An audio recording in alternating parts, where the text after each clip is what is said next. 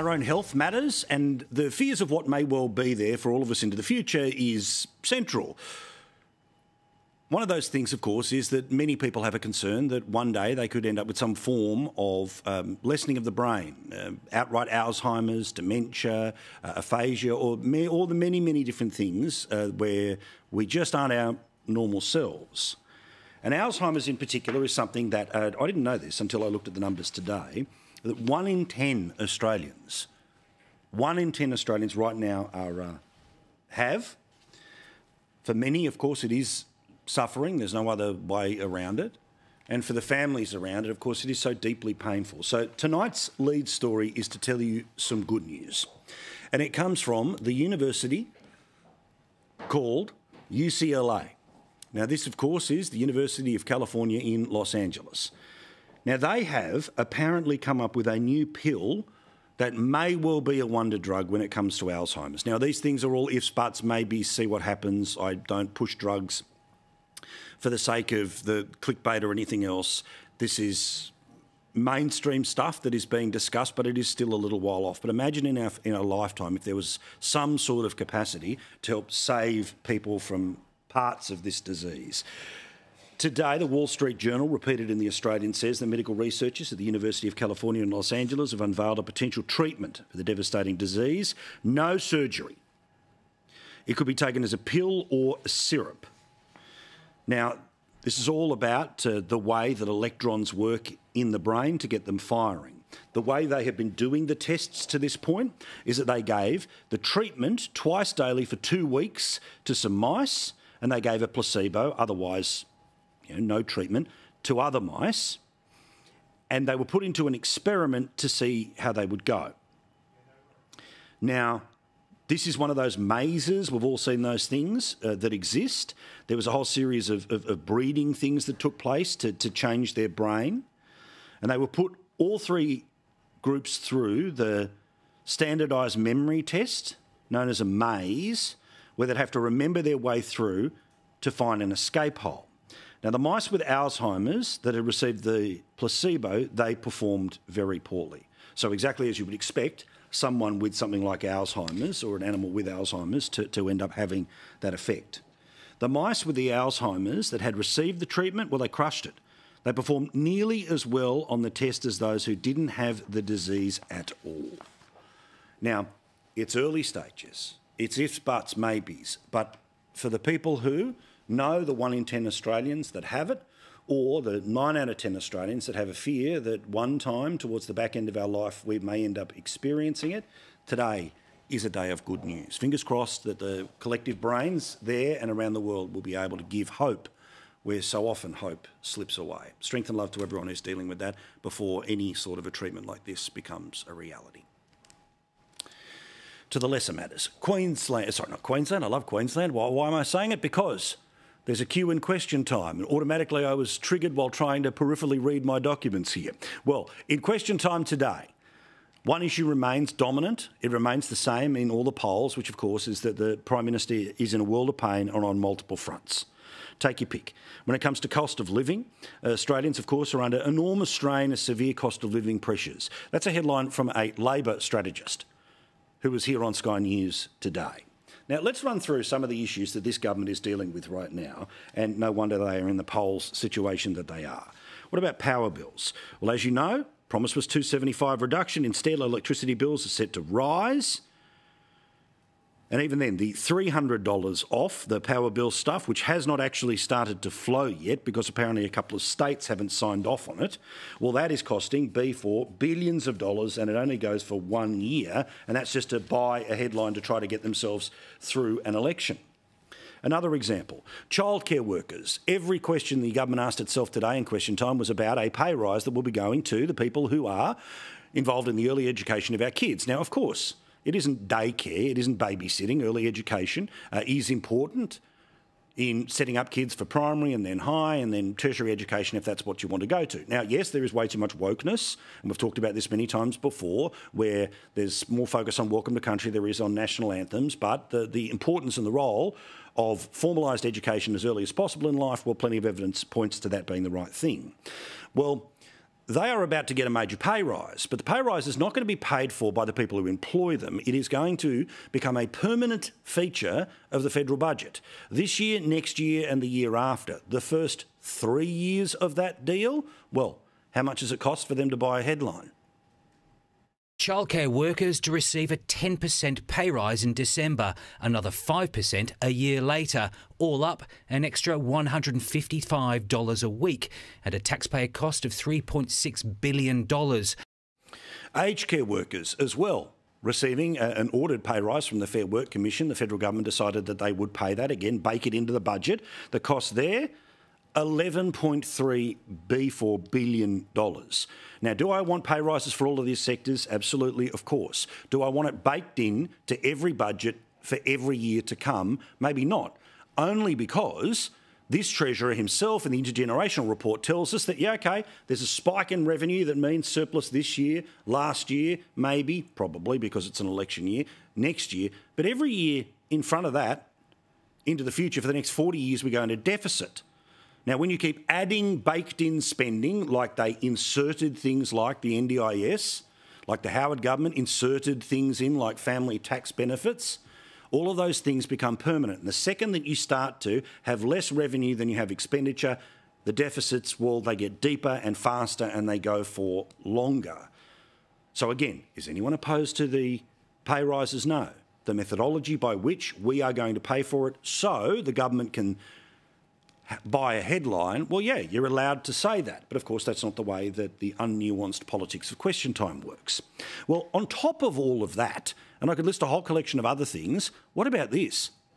Despite the fact that the politicians in the building of Parliament House have received not one, not two, but 3 pay rises since this government came to power, the people who guard Parliament House in the Australian Federal Police, well, they are potentially going to walk off the job.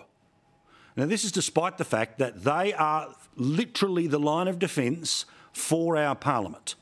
Thankfully, all day, every day, they don't fire a shot, and all day, every day, there's not a threat. But on the days when one turns up, you want people there who are going to be able to defend the crucible of democracy in this country. Those people, in part, are the Australian Federal Police.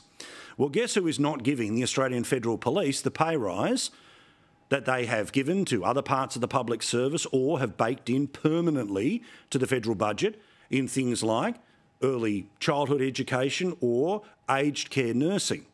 It's the Australian Federal Police. The Federal Police are seriously considering walking off the job, meaning the Parliament would not be guarded by the Australian Federal Police while Parliament is in session for the next little while as a way of trying to get this pay rise.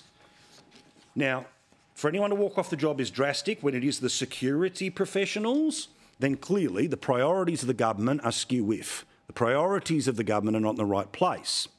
Meantime, other problems that this government is not dealing with. Hospitals. Can you believe that Australia does not have the IV drips? We don't make anything like that in Australia. So all of these things get imported from the rest of the world.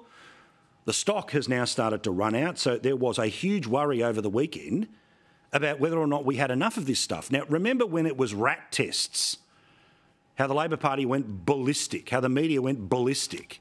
Well, something like an IV drip would be used in every hospital, every day, every year, every season, pandemic, no pandemic. The idea that there could be a shortage of that supply is an example of a government that is not focused on the real issues. State and federal governments, but whatever role the federal government plays, why is this happening? And it's all happening again on the Prime Minister and his ministers' watches. This, of course, is a minister who did not get moved aside, despite, again, the performance of ambulance ramping and a lot of other things that are terrible in so many public health institutions right around the country.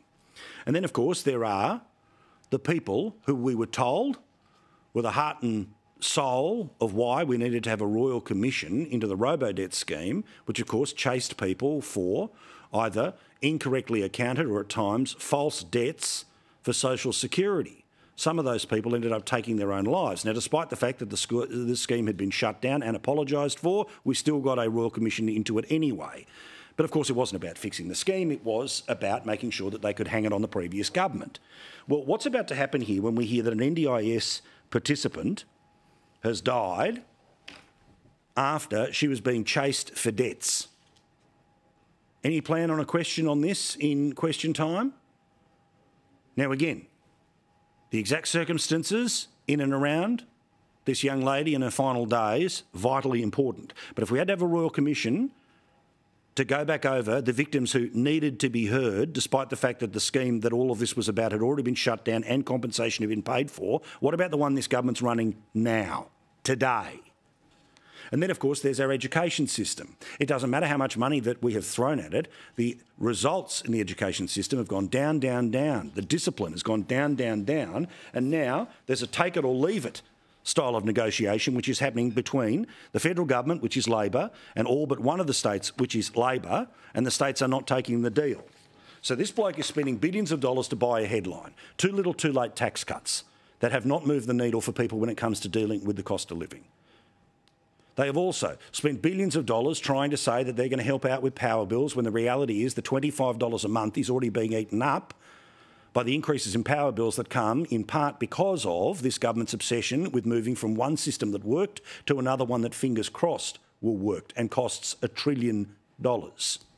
This bloke is in a world of pain. He's in a world of pain because politicians always are and circumstances they are not always in control of, and there is not a limitless bucket of money. But when they want to find billions, they can do it to buy a headline. But there are several people from the public schools, the public hospitals, and even the people who guard our parliament who are all saying this government is missing in action. Nothing to see here, right? Which, of course, brings us to the Prime Minister. As we've told you before, polling is moving against him as preferred Prime Minister in the Resolve poll. Also, his standing about what Australians think of his performance as Prime Minister. Sherry showed you before, but I'll double down here. Well done to Christopher Dorr writing an opinion piece in The Nightly, which is the Channel 7 thing that they put out online each and every night, where, very cleverly, Anthony Albanese is the ray gun of Australian politics, making reference to that ridiculous nonsense of the breakdancing at the Olympics. Now, this bloke doesn't miss. Our iconic B-girl is all bunny ears, kangaroo hops and body drops. DJ Albo is all talk, Labor chops and policy flops. Hallelujah. Clever. Good. Take the piss out of these people. They deserve it. Like the dancer, Albanese is spinning on his head and landing on his arse. PM, ex-DJ Albo, is missing the beat and we're paying the price. Albo and Raygun might be ironic cult heroes in some circles, but what is absolutely certain is their doping moves will not pay the bills. Well done. Excellent. The opinion polls back up this view as well, that the Prime Minister, who, of course, apparently is lovely and delightful, but of course he ain't up to it when it comes to the real issues. They had a solution to how to win an election, no question. But their solution to running a country, well, on how many different levels can they fail all at once? Sort of everything, everywhere, all at once, as the film was, of course, called. As you see, today in the news poll, the Labor Party is in a world of trouble, 32%. That's down from the last one and down from the last federal election. The Liberal Party at 39% is oh so close to the magical 40. They win elections if they are at 40. Now, I always have to say the Teal vote matters, the Teal seats matter, and they are the big block between government or opposition. But we'll all wait and see whether people have had enough of the government and therefore will step away from people like the Teals. But also, let's have a look at the Prime Minister. Now, he is the multiple Prime Minister in a row who decided to set a bar for themselves that proves success.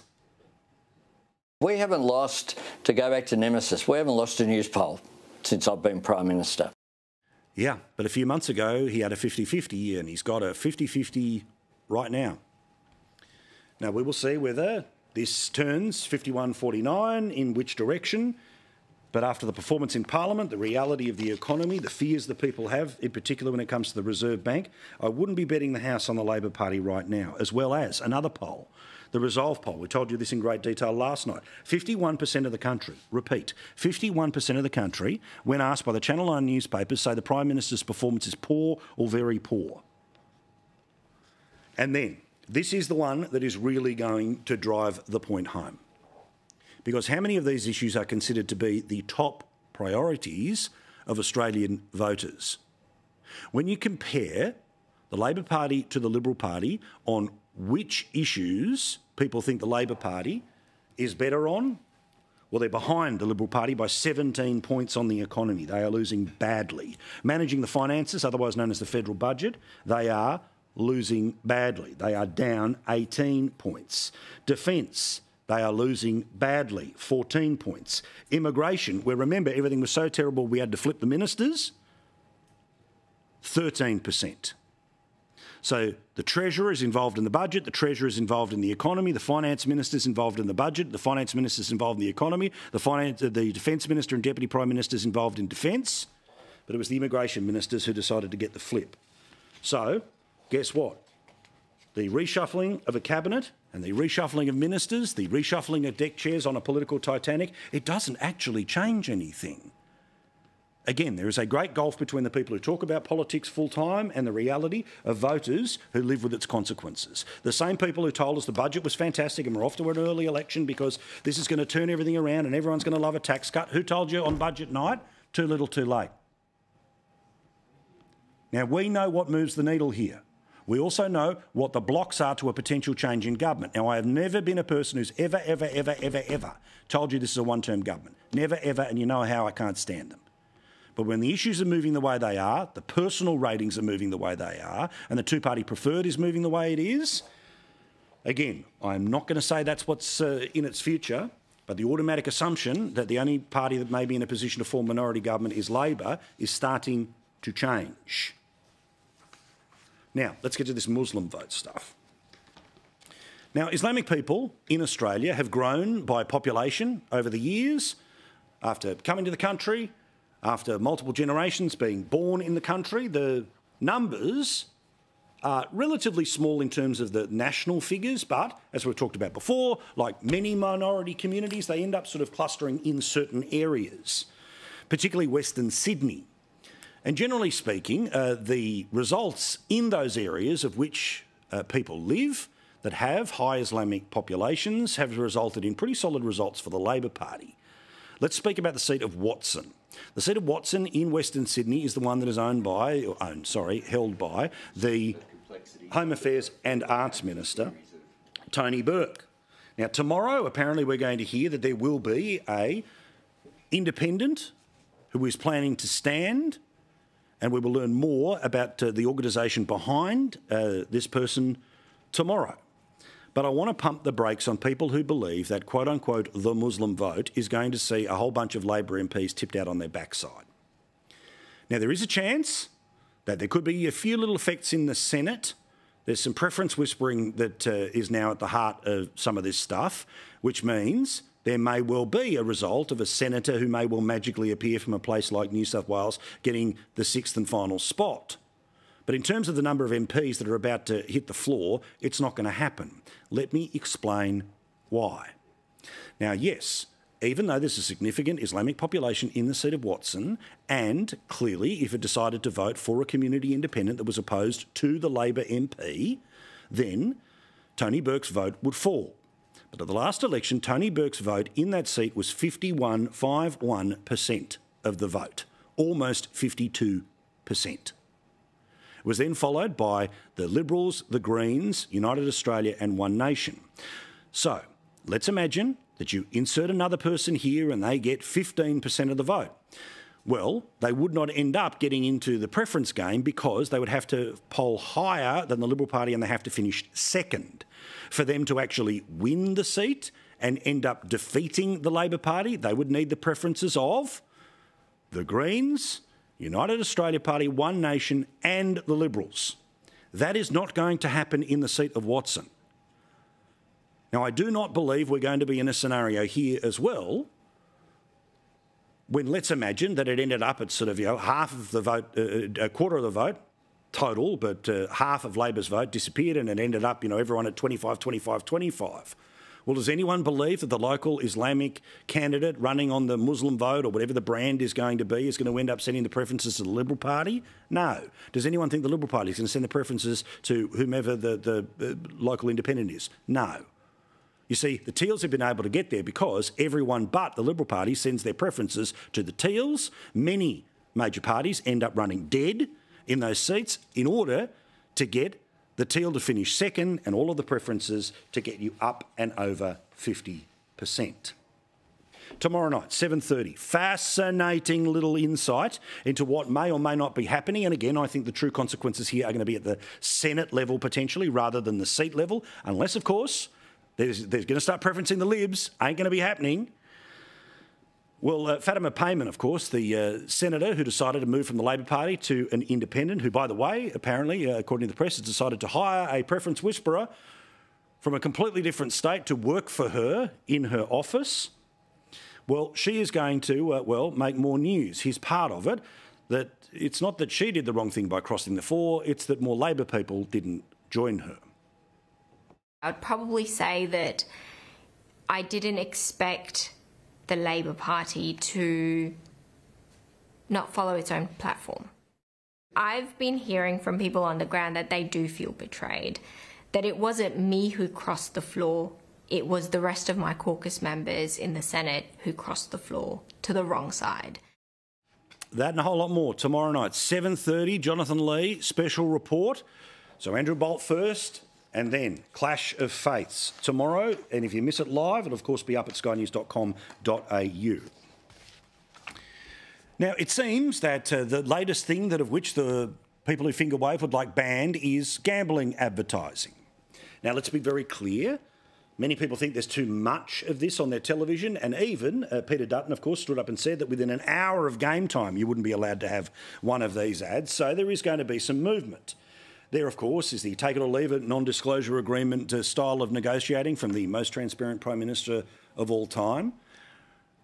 And there will not be a total ban on this form of advertising. Apparently, the government is going to hold the line that they believe that there should be a cap on the number of gambling ads that can be played, particularly at any one time on any one day, and we'll find out the details about that later. But it is fascinating watching how these sorts of issues bubble up and fall away. Now, without doubt, problem gambling is horrific. There's no question about it. But there are plenty of people who run and talk loudly on this subject because it's quote-unquote easier to fix than many of the other real deep problems that exist in our society. So you get many people that are sitting in and around the independent world of politics trying to put a bit of pressure on the government. Now, of course, if the Greens decide to vote against the government on this, if the Libs decide to vote against the government on this, well then there's going to be no change. Of course, people like Jackie Lambie in the past have said that if they don't get their way on certain pieces of legislation, they won't support any of the legislation. But of course, she wouldn't be doing that in the lead up to an election, would she? But of course, Jackie Lambie, perfect example of one of these people who just knows, regardless of what you've said in the past, said in the future, whatever the evidence is or isn't, if you scream at a camera, they'll run it on the telly. How about just for once today, just for once, put the future of our kids first? Just once. When it comes to the rental situation that exists in Australia right now, we know it's tough. There are fewer properties than ever before, and the amount of time that a rental property is on the market for you to be able to go and inspect and apply for, of course, there's more people than ever before that are applying for them. Well, you can start to see some data here that tells you just how quickly things come and go from the rental market. Houses in a dozen suburbs are securing tenants more than 40% faster than July last year, according to data that appeared again in the Australian newspaper today. Now, let's have a look here at the particular example of suburbs in one of the major capital cities on the East Coast. Hazelbrook, 13 days from listing to being withdrawn. Brighton Le Sands, Manly Vale and other places in and around Sydney, it's less than 20 days. It's even tighter in places like Melbourne, where you can see there multiple suburbs, again, basically 2 weeks from listing till it's taken off. So you have to be there like on day one. And even then it doesn't really matter the way that it used to, where if you're first in, best dressed when it comes to an application. The same too with Brisbane if we can, guys. The reality here is that fewer properties than ever before are going faster than ever before, with more people looking at them than ever before. But look over here, the real problem is gambling ads. Now, to the United States. Now, we all assume that there are certain hoops one must jump through in order to eventually become the President of the United States. But as we know, convention is just convention, tradition is just tradition, and things can be just pushed completely aside if you are willing to do it in order to win. Perfect example, of course, is what happened with the Democrats, who someone very cleverly decided to expose that the Joe Biden, who they all said was amazing, wasn't that amazing, but then it was all happening before he'd formally become the candidate and was locked in. So, of course, they had the chance to flush him, and they didn't go on a process of trying to replace him. They just went to the number 2 on the ticket, who locked it all up with a couple of phone calls within less than a day. And now all of the things that we know she believes, she now pretends she doesn't believe, but because she doesn't do any interviews, nobody is asking her, so hang on, which one have you changed and why? Why did you believe this then and you believe that now? But because, of course, the media now have what they want, which is a change in the race, a circuit breaker to deliver anything but a Trump victory. Now, amazingly, the Vice President of the United States, who, yes, has only been the candidate for a couple of weeks, but still, you would imagine, has the talent and the capacity to sit down for an interview to explain why I believe this, now I believe that. And not just on, there's so many different issues.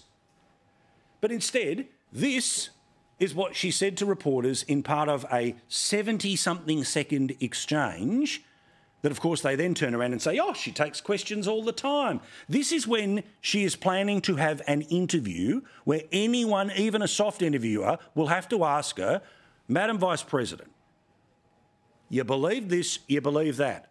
Why and what changed your mind? When is she planning to have one? Have a look. There's been a lot of questions about when you're going to sit down for your first interview since being the nominee. I've talked to my team. I want us to get an interview scheduled before the end of the month. Yeah, actually, can we play it again? I just want to make absolutely sure that we all heard with our own ears and we saw with our own eyes. The end of the month? There's been a lot of questions about when you're going to sit down for your first interview since being the nominee. I've talked to my team. I want us to get an interview scheduled before the end of the month. Now, but this is farcical. It's nonsense.